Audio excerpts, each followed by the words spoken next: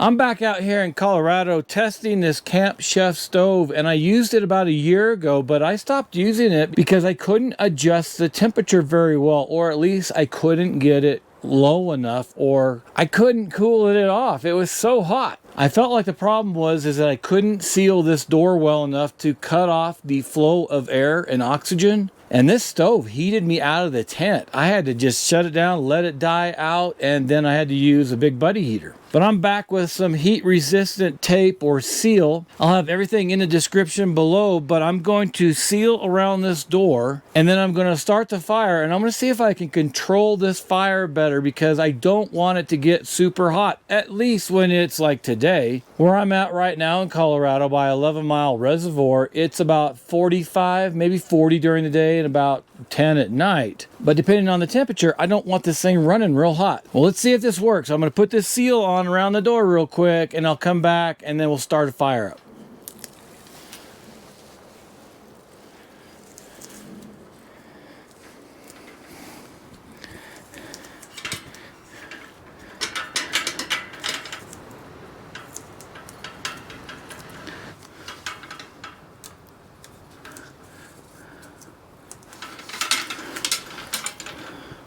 All right, it wasn't that hard, but I put the seal around the door because you want to make sure it fits correctly, because there's a lot more area here on the stove, but it may not be the right location, because also down here is where the opening is to control the airflow in. So I had to make sure this seal on the bottom was below the airflow opening. Let's start a fire now, and let's see how easy it is for me to control the temperature.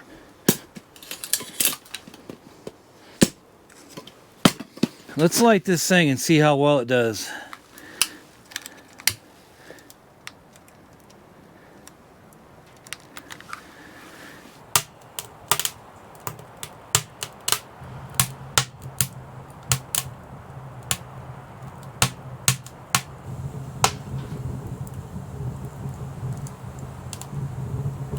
So now I'm going to close the door, and I'm going to put the opening wide open, because what I want to see now is if this heat seal holds up to the flame, because I would sure not want it to melt. So let's see how it does when I close this and turn up the heat.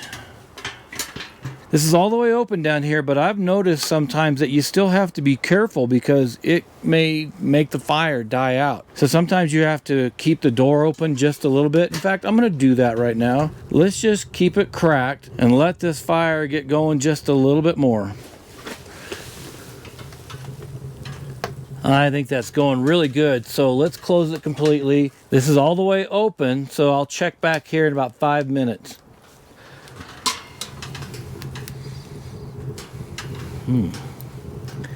Well, I walked back in here after a couple minutes, and I was getting a little bit of a smell, a chemical smell, and then I was checking to see if it was melting. In fact, sure enough, on the bottom it started to melt. So here's an example of one that you don't want, and I'm going to have to let this fire die out on its own without closing this door. Or maybe I can pull this off without burning myself. I'm going to upload this video because I want you to see this particular heat resistant seal. It doesn't work on this stove. And it may be because it's putting out too much heat, but I'll come back with another video that shows the right one, but here's one you don't want. But let's get on with camping and have a great time. And I'll see you back here in Colorado in the next video.